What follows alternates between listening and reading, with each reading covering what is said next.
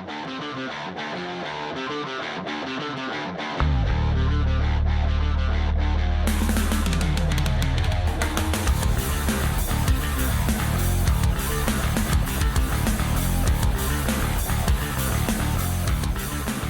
to Podlomania Podcast, your photography and video podcast, where we introduce you to some of the most amazing creatives from around the world. As always, I'm your host, Wayne Johns, and I'm here with my good friend, buddy, and co-host, Jake Hicks. Hey, man. How you doing? You good? I'm good, my friend. We're not in the same room again today, are we? So we're at remote locations again. I can see you fixed the green screen, though, this time around. So now you are coming to me from the streets of Detroit, by the looks of it. What have you got that graffiti in the background? What's that? Suburbs, graffiti, you know. I mean, just so down with the kids, man. I know you're going to get your tattoos on next week. I know our listeners can't see it, obviously. But because green screen was such an epic fail, because obviously we use a video link up through Skype just so we can see each other while we chat in our interviews. Yeah. And on my end last time, wasn't it the green screen? I had a lovely studio background in my green screen. I was quite proud of that. And when you fixed it for you came online and you went, mate, you got a big green screen behind your head. It just didn't come through, did it, on the Skype? Yeah. I added the strip club to the thumbnail. You're all good. All right. You did, yeah. Yeah, so this time round I've cheated. It's no green screen. That is actually a pop-up background is it? Right. With that effect on it, yeah. Gotcha. Yeah, no green screen. Why has he chosen that green screen image? Well, no, right, it's just a last light pop-up. Gotcha. Yeah. See. Is that a little rubber dolly behind you? As he slides that one out of freight. No. Well, man, we got a great guest on today. You know, a man with a wealth of experience and an endless amount of images and campaigns over the years. Yeah, we need to find easier people to interview. The amount of research is just not on, man. There's so much history there. So before it cost me a fortune to get that out. To get that all written, yeah. I actually work in a little bakery down the street. You know? It makes croissants in the morning. You know, kind of like the Kardashians. I want to be famous for being well known. It's a skill. It's a skill. Okay, man. So, to our listeners, welcome to episode 17. 17, Jake. We're banging them out now, you know. Mm-hmm. Yeah. And in this episode, we talk to a man who was born in Toronto, Canada, where he grew up. But since then, he's also lived in New York, ELLE, Milan, and now for the last few years resides in Paris. His clients, which is an impressive list, and we're only reading off a small amount of this, aren't we, Jake? Just a tiny bit. Oh, I know. Yeah, we'd be here all day. Yeah. His clients include magazines like Harpers Bazaar, Vogue, and not just like one Vogue. You're talking, Vogue China, Vogue Italia, Vogue Japan. You just go through them. Glamour magazine, ELLE magazine, Numero, Grazia, and many, many more. And he's also had the privilege over the years of working with some of the world's most iconic classic supermodels. And they got hair like yours, Jake. Did you know that? Have they, though? Have they really? Well, let's be real. We would just like to welcome to the show, Benjamin Kanarek. Ben, welcome to the show, and thanks for joining us in episode 17. Thank you, Wayne, and thank you, Jake, for having me. Yeah, welcome. What an intro. Wow. Spoiled you with that intro. What we're interested in is, like, you know, we know you've lived in many countries, but is that the stage of your life now where you still have houses in every single one of those countries? Well, one of the reasons I moved out of New York is my yacht was too large for Hudson, yeah. For the port authorities. I knew there was reasons. You know, nothing outlandish, really. And my Cirrus jet just couldn't. Anyway. No, I mean, Ben, you've been a fashion photographer for a long time. So, I mean, for our audience, I mean, our first question to you is, and it's the same one we ask every guest, how would you describe yourself and what you do? It says you're a mummy now, too, on the notes. It does on our notes, though. What? We don't copy and paste these notes. No. Yeah, is that a Tutankhamun mummy or? Are you talking? Oh, that kind of mummy. Yes, of course. Yes, I also have the IQ of a newt. Okay, so actually, well, just to run it by you, I studied architecture at Carleton University in Ottawa, where I have a degree in architecture. Oh. I was also the drummer in a punk rock group called the Poles and the Existers. I tell you this for a reason, because we had this discussion last night where we were talking about how did I get into photography. Now, pre-1980, the year I started, if you were to ask me, can you name 100 professions you'd like to consider? None of those would be photography. I was in the least bit interested in photography. And in fact, my only barometer for photography was a film called Blow Up. It's basically, it's basically a fashion film. The way I got into photography was I was in architectural school homecoming, and I get drunk sniffing the corkscrew of a bottle of 2% wine. So, I mean, I'm a very cheap drunk. So you put it on the tip of your finger and I'm gone. So I was at this party and I finished off a Mickey of tequila. And I was hanging upside down from the mezzanine. As you do. Of the space, and I fell. Oh. And I landed on, I broke 14 teeth, my nose, my wrist. Oh.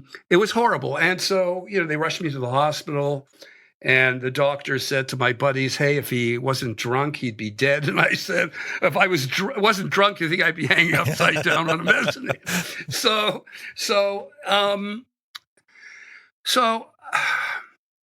in the interim, I couldn't sit at a drafting board. It was really tough on my back. I couldn't play the drums, obviously. I'd broken my left wrist. And at that time, as you know, Toronto, Jake, a lot of houses. It's a lot of houses everywhere. And at that time, my girlfriend and I were looking for a new apartment. And there was a place in Midtown Toronto around Bloor and Avenue Road. And there was a girl renting a whole floor of a house. I think she owned the house or she rented the whole house. And I walked into this girl's house. I'll never forget her name. Her name was Cindy Sinnott, because she was instrumental in changing my life. As I walked into the living room, I saw a box, a metal pole with a little thing on the top, a light, and an umbrella. Now, you understand? Now, in retrospect, I didn't know what that was. And I said, excuse me, what is that? She looked at me oddly, and she said, that's a flash unit. I said, oh, what do you do? And she said, well, I'm an assistant to a photographer, and he was a huge photographer in Canada. His name was Larry Miller. She was his assistant. So I did move in, and over the next few weeks, a lot of women would call, and one day Cindy was not in, and this girl named Bonnie called and said, is Cindy there? And I said, I'm afraid not. She isn't. She said, well, I don't understand. I've called her 3 or 4 times. I don't understand why she doesn't want to, you ready? Test with me. And I said, what is a test? She said, take my picture. And I said, well, I'll take your picture. And this is the truth. Now, just remember, I knew nothing about photography except in architectural school, we had to photograph mobocratic details of doorknobs, just details. And so I learned how to develop black and white film and to, make prints. So I said, well, you want to do a test? Well, how does that work? She said, well, I'll come over and you take my picture. I said, okay. So I didn't have a camera. So I went to a store and I said, I want a camera, but I want to look really professional. Can you make me look professional? This guy kind of looked at me and thinking, oh, this guy's a major pigeon. I'm going to enjoy this. So the guy sold me a 35 millimeter Voigtlander DSLR. Nice. I think it was an 80 to 200 Voigtlander lens, which I'm sure was not a Voigtlander. I'm sure it was a Tukina, right, rebranded, and another lens. Okay. I said, well, this isn't enough. I said, I need something more. He said, well, I'm going to give you this really big flash you can stick on the top of the camera. And I thought, oh, this is great. This looks really good. Okay. So the girl comes over, and of course, I don't have a studio, and I don't know diddly squat about photography. I had 2 rolls of film, black and white. We went out to the back of my house, and there was a park. So I photographed her. And so we did one clothing change, and then she changed again. And after the shoot, she handed me $80. I said, what is this? What is this for? What is this for? She said, it's for the test. I went, wow, thank you. And that was the first time I ever shot. She paid me. Now, those were the days. Hey, those were the days. Unbeknownst to me, and I wasn't trying to take advantage of her. Generally, when you look at a contact sheet, you choose maybe 1 or 2 images from the one change, maybe a close-up, maybe a half shot and a full shot at the most. And, so you'd figure 6 images. But she looked at the contact sheet. She went, I want this, I want this, I want this, I want this, I want this. And she ordered 27 prints at about $8 a print. So she came, so basically for my very first job ever, I made about $300. And so I now had a vocabulary. I had the word test. I now knew the word test. Now, let's go forward a few more months. You ready to go? That's it. Well, hold on. I'm in the subway of Toronto. Now, in retrospect, this girl was a has-been. But I see this gorgeous... No, in retrospect, she was.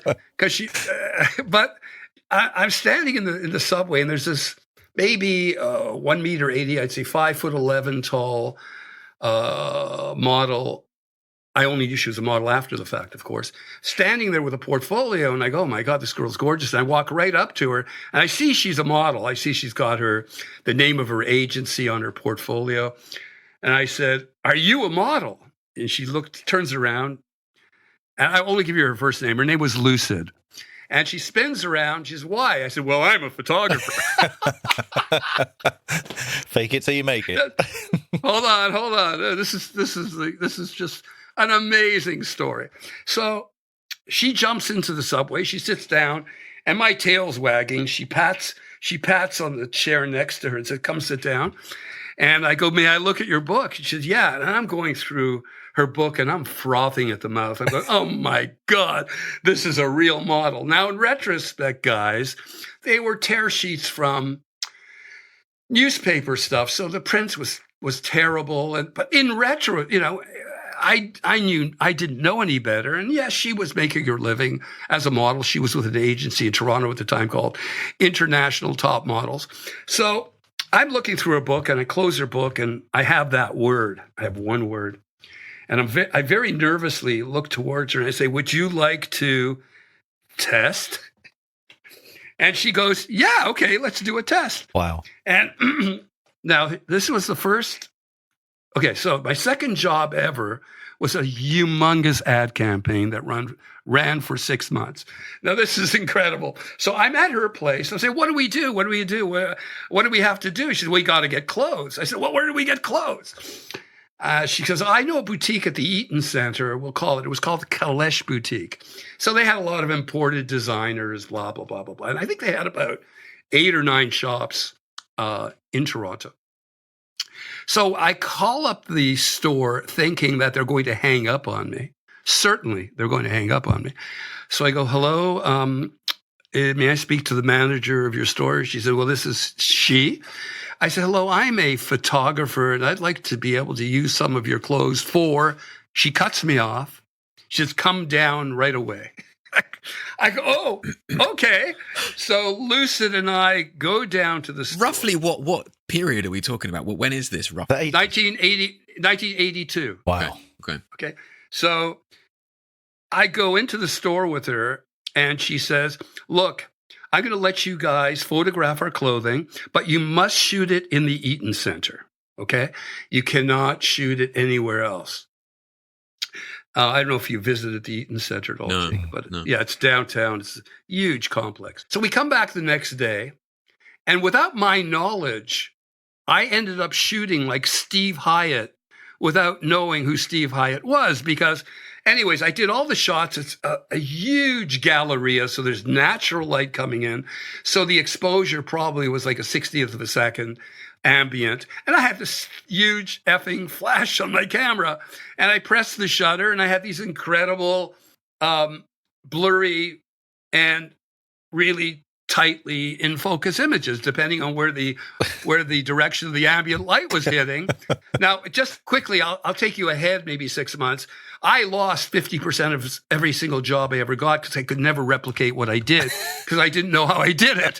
So, I could never redo what I did because I had no education and nobody taught me anything. So they say, I like this. Could you do this for us? I go, yeah, sure. And I'm going, oh my God, I don't know how to do it. And I get fired. Anyways, let's go back 6 months. So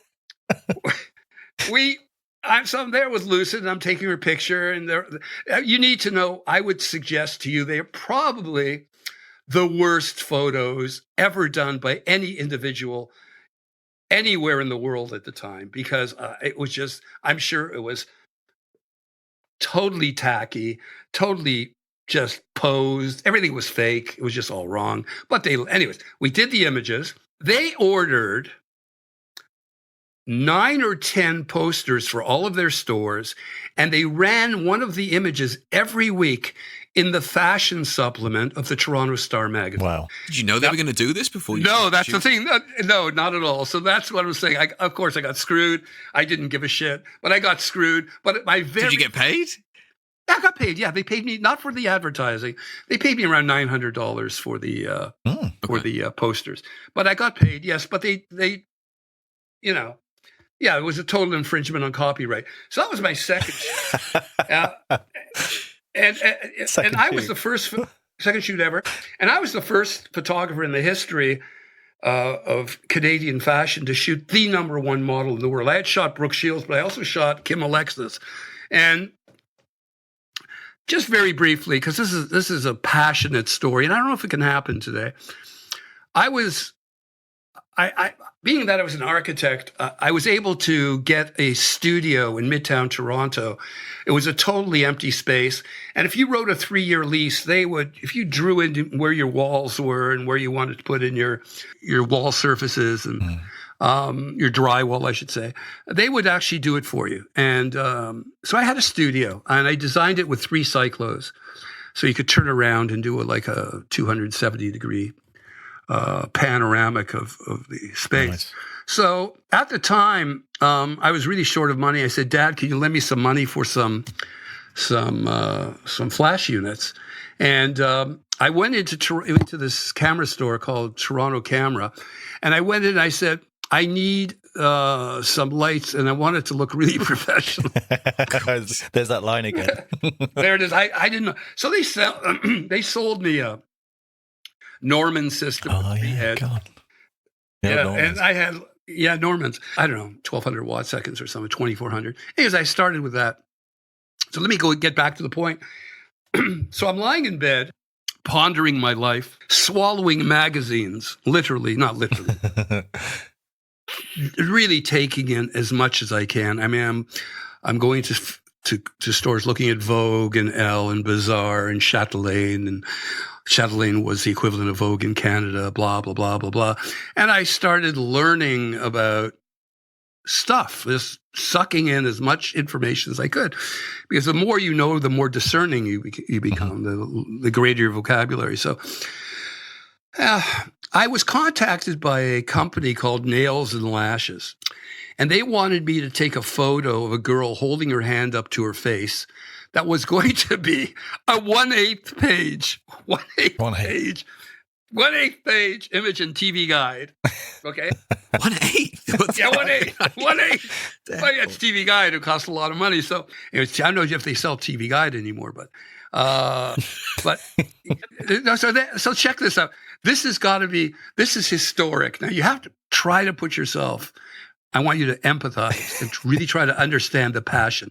I was enamored by I ate and breathed fashion. I couldn't do anything but that. I became the personification of fashion. So I'm lying in bed and I'm thinking, I've got a $1,500 budget. Now, at that time, the 2 greatest models at the time were Brooke Shields and Kim Alexis. Literally every 2 months, you'd have a Brooke Shields US Vogue cover, Kim Alexis, Brooke Shields, Kim Alexis, Brooke Shields. You type in Kim Alexis, you'll see right away. You'll see Kim Alexis covers. So I'm lying in bed and I came up with a scheme. And I was going to try to accomplish this scheme. And the scheme is the following. I called up the client, or I would call up the client and say, would you like to have Kim Alexis as your model? Okay, so I called the guy up and I said, and he kind of went, are you insane? Are you out of your mind? Kim Alexis, even at the time, was over $10,000 a day. No, nice. I'm not including rights, okay? So at least $10,000 a day, minimum. Then rights, even at that time, you're looking at hundreds of thousands of dollars. So I call Wilhelmina in New York from Toronto. And I call them up and I say, hello, my name is Benjamin Kanarek, and I'm a fashion photographer in Toronto. And I'd like to know if I can get Kim Alexis for 1.5 hours, because I had a $1,500 budget. Now, pardon me, I told the client, I forgot to include, because she would have to be in New York. I said, you don't have to pay me. You don't have to pay for my airfare. You do not have to pay for my hotel. You have to pay for nothing but Kim Alexis. Would you be willing to do that? They said to me, would you be willing to do that? I said, of course I would. Of course I would. Because I had relatives who lived in Manhattan and Brooklyn, so I knew it would be cool. So I called Wilhelmina up. I remember I was sitting in my parents' kitchen, and I said, can I get Kim Alexis for 1.5 hours? And I hear howling in the background. They're howling. What? 1.5 hours? They were cracking up. They were just laughing. And I said, is that funny? She said, well, it is actually, because we never shoot under half a day. But give me your number. If anything ever comes up, I'll call you. And that was the end of it. And I thought, oh, yeah, right. That's fine. So check this out. About 2.5 weeks later, I pick up the phone, it's ringing, and I hear this New York accent. And I say, hello, is this Benjamin Kanarek? I said, yes, this is Dottie from Wilhelmina. I was able to get an opening for you for Kim Alexis. I think I started crying and whimpering. I think I started whimpering. I think I just fell to the floor, and I said, what? So they gave me a date. Now, my scheme gets much more convoluted now. So here I know I can get Kim Alexis. So I call up the #1 fashion magazine in Canada. It's called Chatelaine at the time. It had a huge circulation. It was from, over 2 million issues. Yeah, big, yeah. And so I call them up and I say, my name is Benjamin Kanarek. And they go, who? I said, what do you do? I said, well, I'm a photographer. Well, I never heard of you. I said, of course you haven't. I've been shooting for 8 months. So,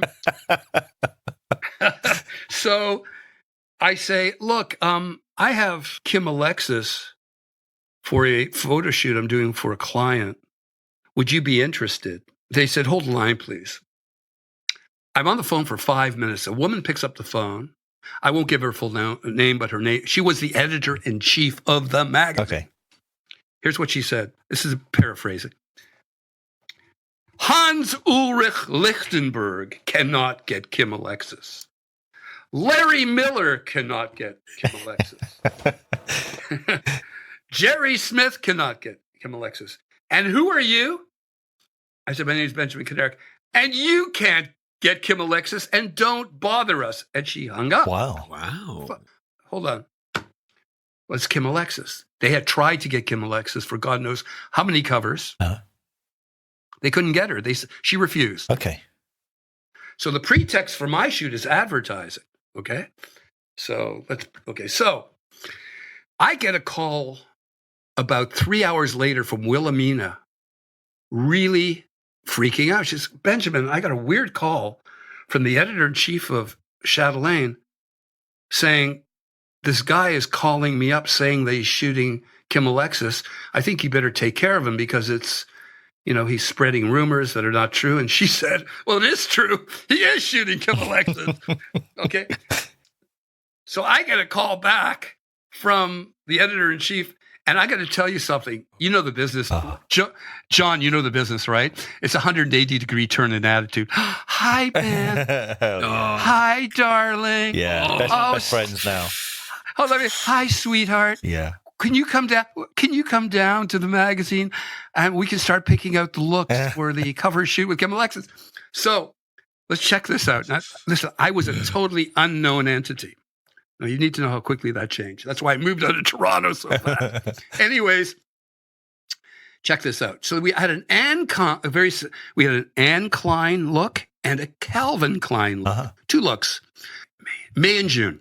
So I fly to New York. No. Before I fly to New York, I call Wilhelmina up and I tell them we're doing a Chatelaine cover. She said, great. And I said, because I'd already booked her, I said, I need to be honest with you. I lied. I said, I'm doing a couple cover tries. Okay. Because, I didn't want to say it's confirmed until I know for certain it would be confirmed. So I said, I have a problem though. I haven't got a budget for a studio. I have no money. He spent all the money on the model. Yeah. I spent all the money on the model. And so they were so sweet. They had a part of the agency where the new models would practice their catwalk, on this kind of podium. And at the end of the podium there was actually a flash unit set up in a classic Avedon setting, gray seamless, and a single umbrella. And I think I did a shoot through or whatever. And that was it. And I had this $60 flash meter. And I brought my 2 Nikon FM2s down with me. So anyways, check this out. She shows up 10 minutes late. Only 10 minutes? You got lucky. Yeah. Now, hold on. Check this out. She was a sweetheart. I think my knees were like jello. I was shaking like a leaf. Here's this model I've just been dreaming about. I mean, it was gorgeous face.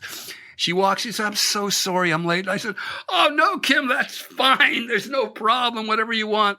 She was very self-conscious about her thighs. That's why she was a beauty model, more beauty than fashion. And I was very cognizant of that. So when I did the shoot, I made sure I was very sensitive to that.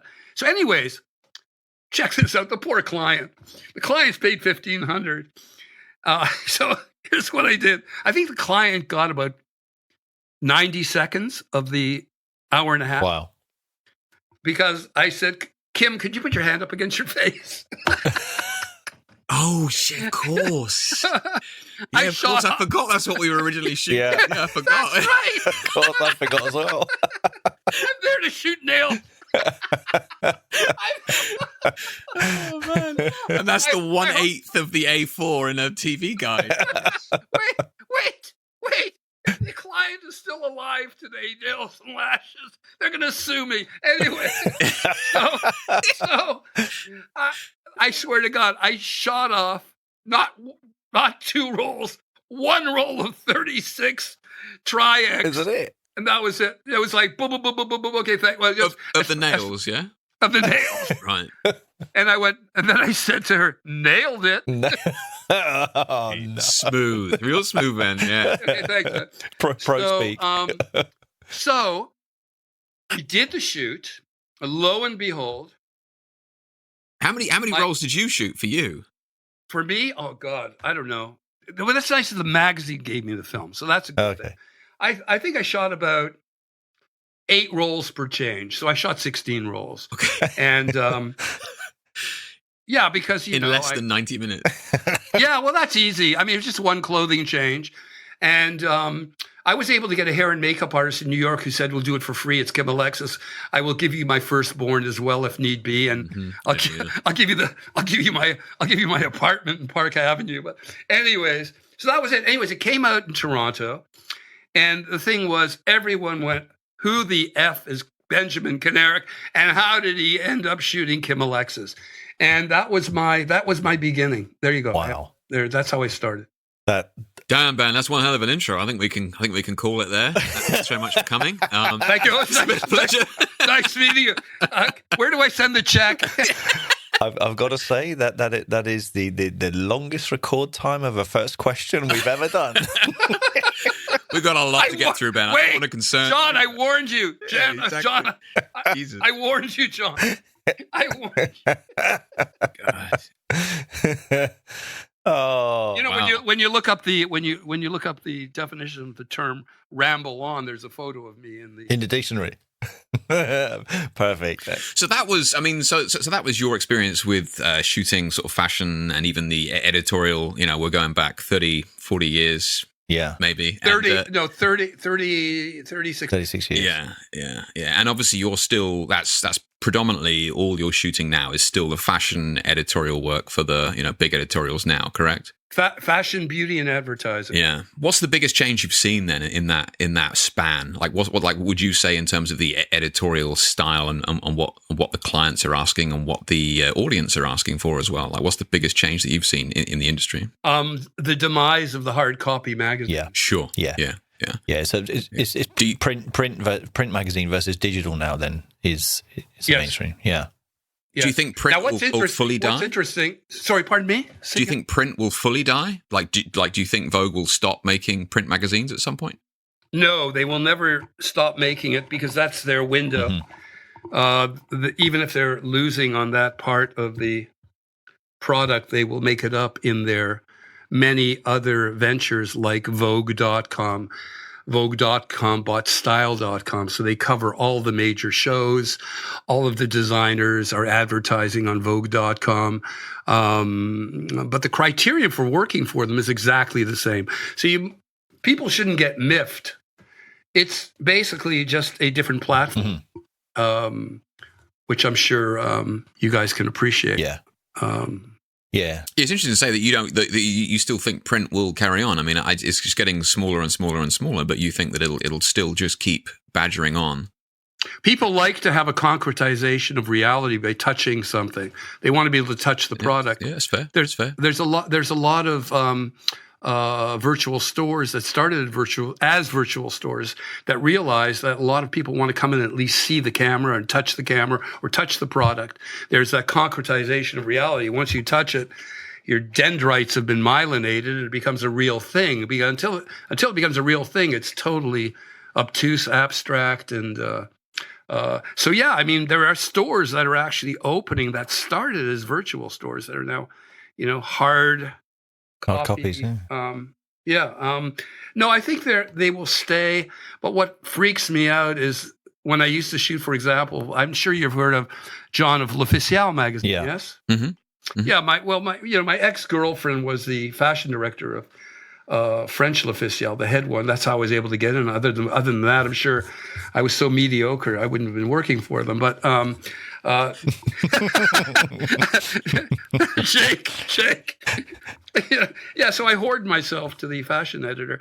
Anyway. Are we going to have to bleep that part, or are we gonna... Yeah. No, keep it. I'm sure Anne will appreciate. I will send this to Anne, the editor. No, she was great. She was wonderful. Anyway, no, but seriously, I got in because they saw my work, and they gave me a short four-page story, which I shot at the Bandouche. And when Marie-Josée and Mary Jaloux saw that story, she said, "Oh my God, had I known it would be this good, I'd give you some more." But anyways, it started that way. Anyways, my point is, in the late 80s and 90s, and the early 2000s, a September issue could be upwards of 700 to 900 pages. Massive, yeah. Yeah, they were like telephone books. Huge. You remember, huge. Do you remember Vogue Italia? I mean, my God. I mean, the September issue was immense. It was like a fashion. Not that anybody under the age of 30 knows what a telephone book is, but we'll roll with it. Yeah, it was like a catalogue. You used to get the catalogue books where you used to order your clothing, but obviously non-fashion. That's not branded. helping anybody, Wayne. Yeah. Nobody under the age of 40 knows what that is. Just there with the phone book. Yeah, really. IKEA. That's right. You're showing your age, John. Okay, John. Yeah, anyways, but interestingly enough, there are some magazines that are competing. Vogue China is so busy, and as is Harpers Bazaar China, they have to do 2 issues a month now. Wow. They're so thick. So I think Bazaar has 24. I think Vogue China, rather than having it a Vogue China, they have a part that's called Vogue Me, right, which is kind of a younger version of Vogue. And they have serious advertising revenue. Wow. And I find I'm shooting a lot. Well, I do all my shoots here in Paris. My next Vogue shoot for Vogue China will be in Paris. Okay. And the last shoot I did for them, I guess you saw it, was at the Rodin Museum in Paris. And that was another story entirely. But is that something that they're requesting, like the Asian market? Do they want to see more of the European, they like that look, or they like the idea of it being shot in Paris, and that, are they going that way in terms of fashion wise, or? They always have. They always look at London, Milan, and Paris, and New York. The big four is always, The big four has always been the big four, and they love the Chinese and the Japanese absolutely love Paris. And what's great for them is I'm able to put together the complete production because I've been here so long. I know all the major 5-star and palace hotels that we don't necessarily have to work in, but we can work out of. And getting the Rodin Museum was quite a coup. They had they wanted to do a shoot with Claudia Schiffer there, and it just didn't work out for some reason. Okay. And fortunately, I had a really good rapport with the communications director of the Rodin Museum, who said, well, if it's for you, Benjamin, yes, I will definitely. Because I didn't make the proposal to Vogue China for the Rodin Museum. They asked me to do this special body fashion, which you saw, you can see it on my Instagram, for their August issue.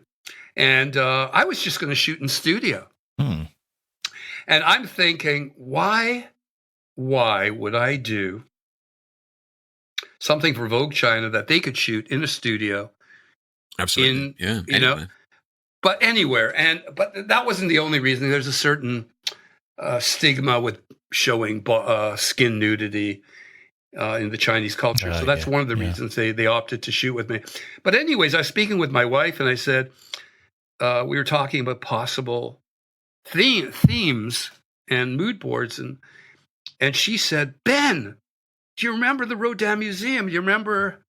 She said, we'd really like you to shoot here once the renovation is completed. So I called the woman up, and I said, look, do you think we can get the Rodin Museum for a shoot for Vogue China? And she said, Benjamin, absolutely. It would be on a Monday. It's only Mondays that the museum's closed. And so I remember contacting Vogue China and saying, would you be interested in the in the Rodin Museum? I could literally hear their jaws hit the floor. Wow. In fact, they went, oh my God, are you serious? I said, yes. So we did it, and it was a big deal. You saw they did a 2 or 3 page article on the actual shoot and the Rodin Museum.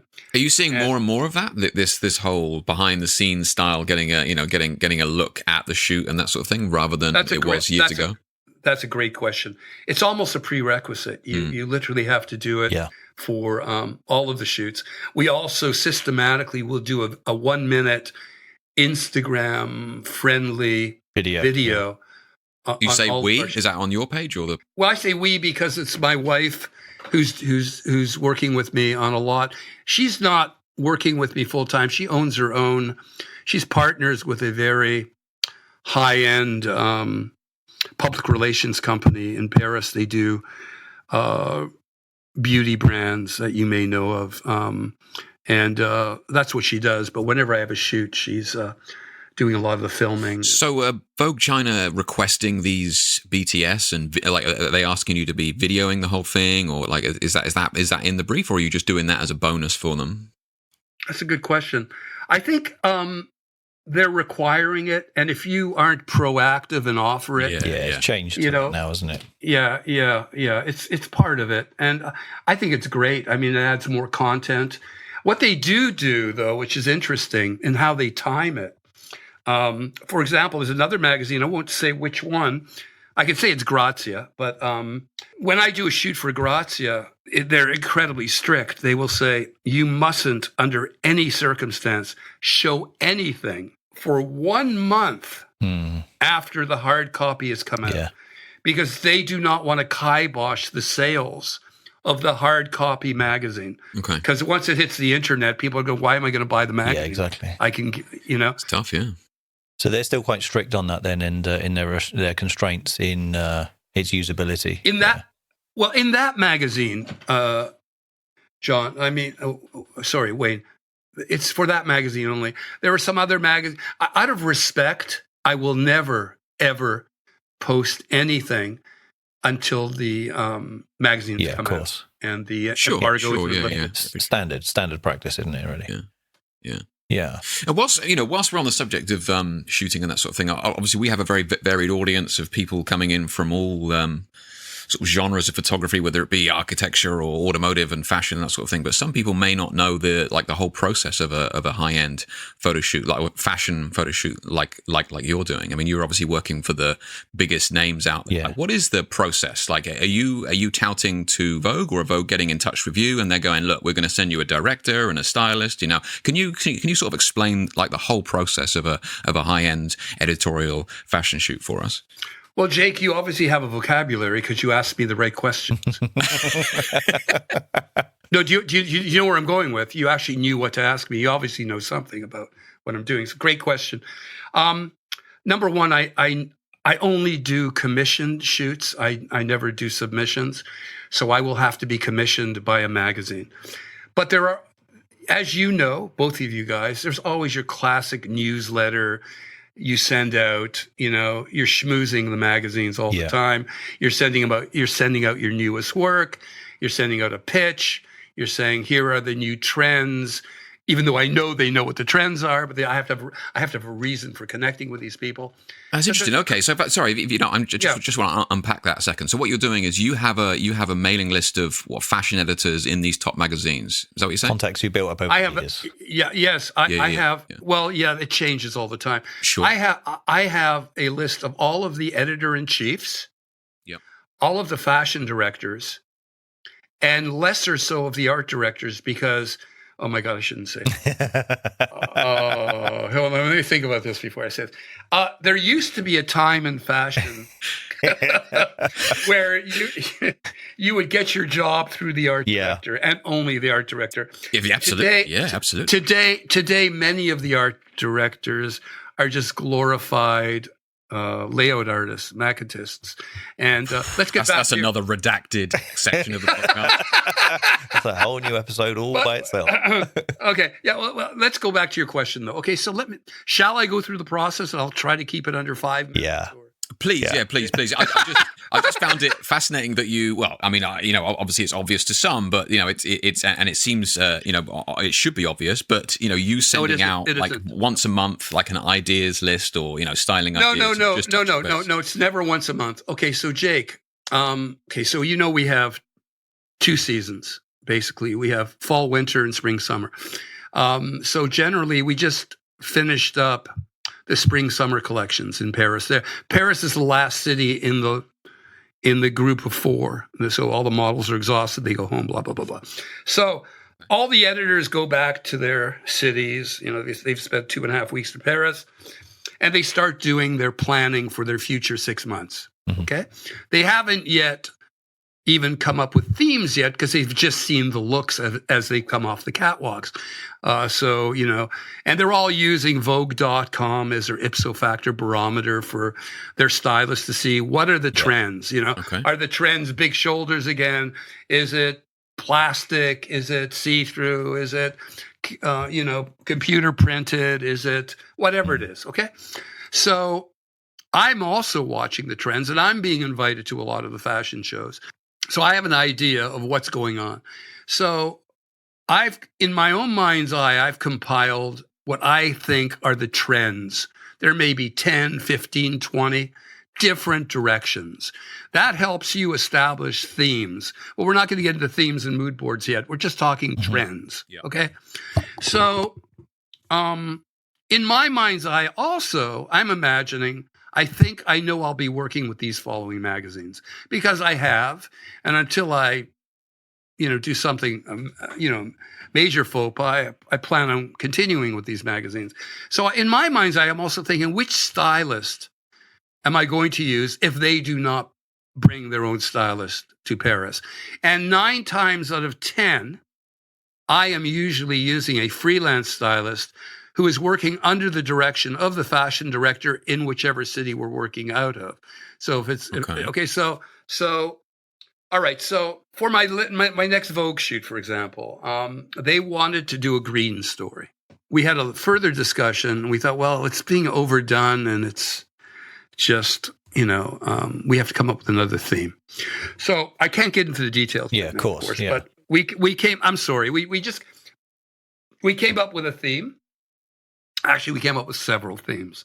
I have another conference call on the 15th of November to hone down what that theme will be. Okay? Okay, so now I know what the theme is. I will then employ a fashion stylist to make it happen in terms of pulling the looks, i.e., they're going to call up, Victor and Brawl, all the respective designers. Chanel, yeah. All of the usual suspects. Okay. But what is Vogue asking of you? They just going, right, here's a budget, here's a shoot, go and get us some shots. We just want it to be green. Like, how much detail are they giving you? Oh, I've got carte blanche. Once, okay. I have complete carte blanche. No, it's not an ad campaign. If it's an ad campain, I'll bend over and do anything they want because there's a significant difference in money. Yeah. There you go. There you go. So, ring the bell. Oh my God. Just don't pick up the soap. And anyway, so yeah, that we can talk. Whatever it takes, Ben. Whatever. Anyways, may I continue? Yeah. Anyways, so once we know we have the commission, I don't even have to worry about my stylist because I know that person will start sending me looks. For Vogue, it's incredibly strict, where you must send them. They use the you can either use a Word or a what's the other, or PowerPoint presentation. They will want to see every single look and accessory right down to the buttons. Right. Why? Because they do not want to give a potential advertiser any more than what they deserve. Yep. In other words, so if they know they're shooting that Chanel top, they don't want to see an identical Chanel top in that magazine because it looks unprofessional. So they will actually look over every single shoot for that month from every single photographer or stylist, and they will say, no, we already have this in another shoot. Yeah. Or certain looks, okay? So they're very discerning, okay? So, and that's where Vogue shines, their professionality. I mean, their professionalism, I should say. They're incredibly professional. So once we have all of our looks chosen and they're in agreement, I let the stylist do what they do. I've already figured where I'm going to shoot this. I've thought about that. That's fine. I will commence the casting. Now, I will do one of two things. I will either use a casting director or I will cast it myself. And it really depends on many things. Number one, how high profile the model is, or how potentially high profile the model is.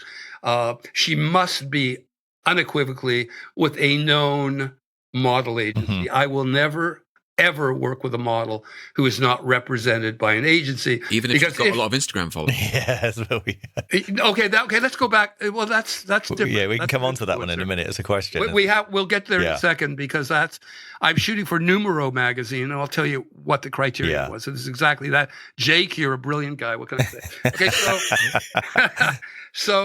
so anyways, we'll do the casting. And for whatever reason we do the casting, it's not so heavily Instagram oriented for Vogue, but it would be helpful, okay? Because they know they got more traction. But we know why that is, because it's obviously it's fine, yeah. It'll be win-win for everybody. Anyways, so we do our casting, we get our girl, we get our date, we cast for manicurist, hair, makeup, and the team is put together, and my assistants. And we go to the location. Okay, so we're on set. We're about to shoot. How many people are on your set? How many people have you got there? Generally 10. Yeah. About 10 people, okay. It's a good average, isn't it? 10. It's about 8 to 10.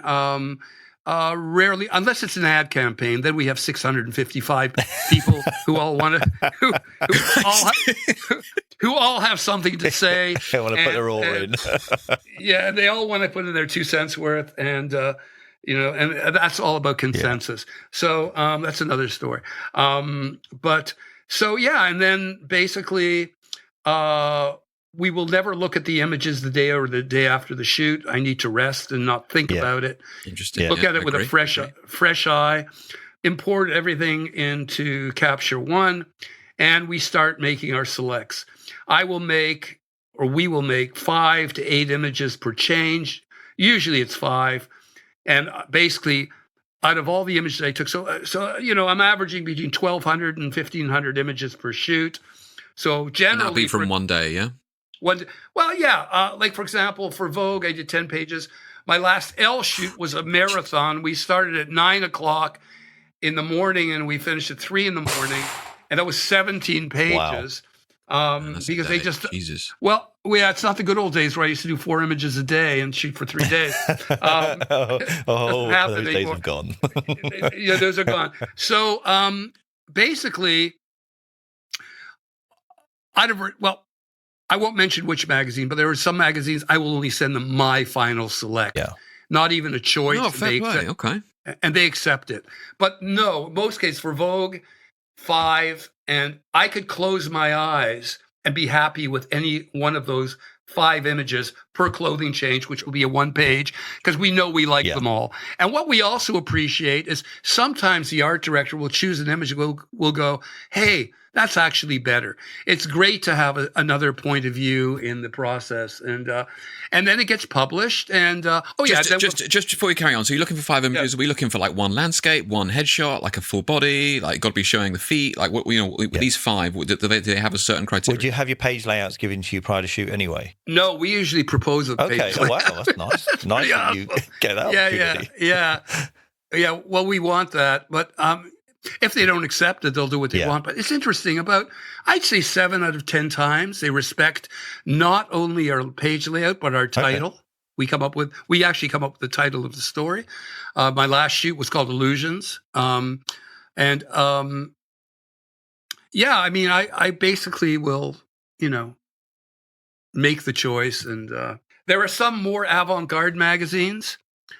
There's one Grazia that shouldn't be Grazia. It should be called ID or The Face, or it's so cool. And for that, Jake, they sometimes do want to take 1 image and spread it over 2 pages or 3 pages, where I'll do a super close up of the hand behind the back, or just a foot shot, maybe behind the head, and then pull back. So they can play with the layout like we did for our Longchamp campaign shoot. So,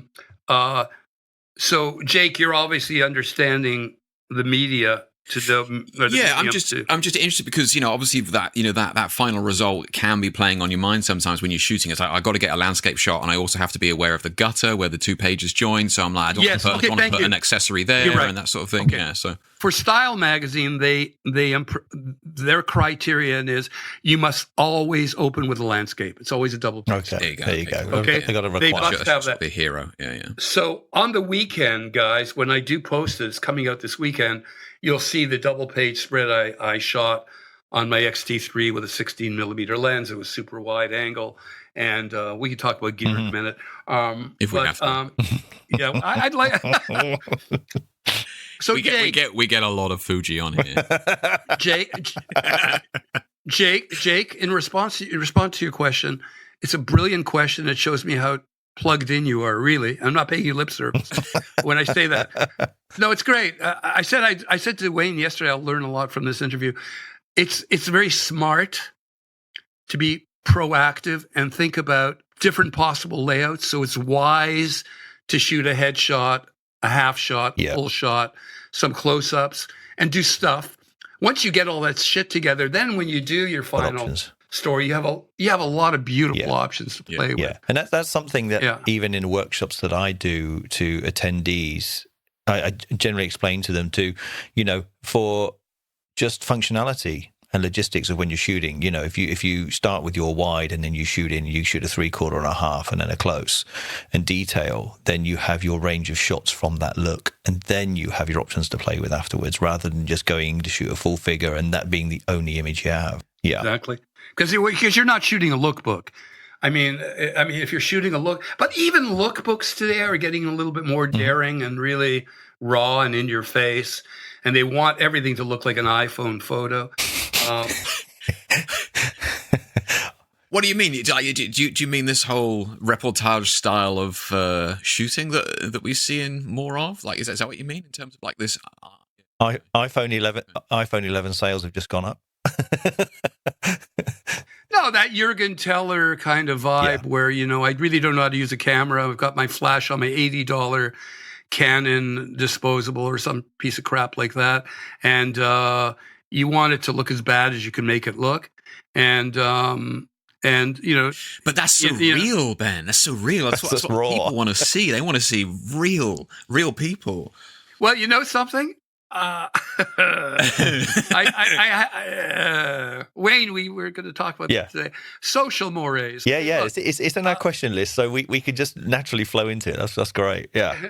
Well, it's really a reflection, a mirroring of society at large. So basically, we're beyond the millenniums now, but we're into I deserve it. We're into the I deserve to be famous kind of genre of thinking, and it's like, look, I have a lot of young assistants, and you should remind me about that story, my Vogue story. Yeah, got that.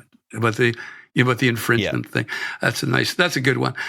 What not to do if you want to assist somebody. We've got that in there as well, Ben. Don't worry. I took notes yesterday. Okay. So, Jake, you know what I think? There is credence in that form of expression. Why? Because it's being done. I know this sounds really... No, I agree with you. I agree. You know what I mean? It's how people are expressing themselves. Just remember, they're all tools of expression. And it's becoming a democratization of photography. I'm sure a lot of young shooters look at my work and go, what a wank.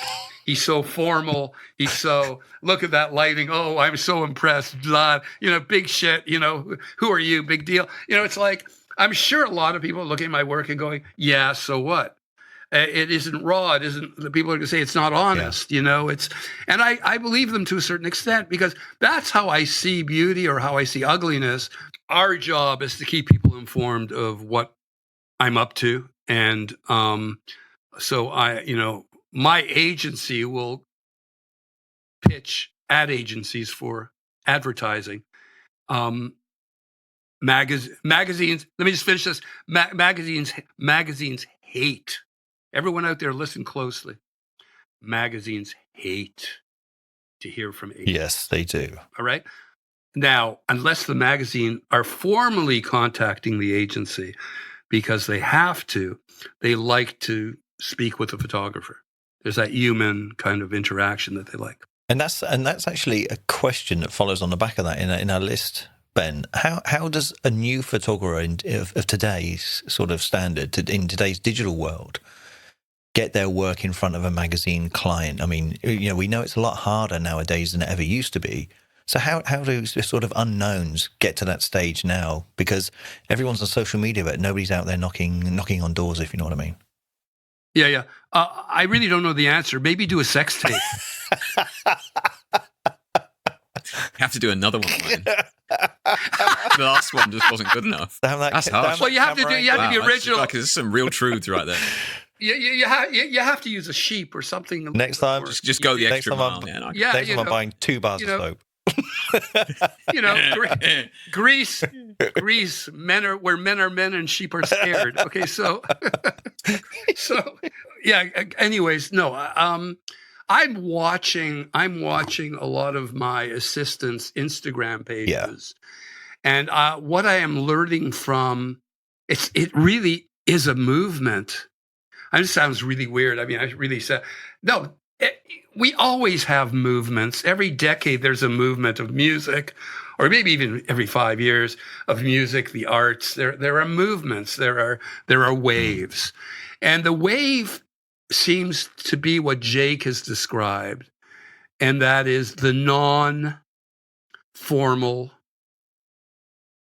non-predictable, anti-formality, It's this anti-commercial, like polished, saccharine advertising sort of look that some people are fighting against in an editorial sense, for sure. I mean, years ago, like The Face and that sort of thing, they were all about that, but we don't see it. We lulled out of it, and now we're starting to see it come back again. Yeah. And man, what another episode, guys. Don't go away, though, because this is such an in-depth interview with the very funny Benjamin Kanarek that we have to split this into a two-parter. So this is the end of part 1, and please stay tuned, and part 2 is coming right after. So don't go away.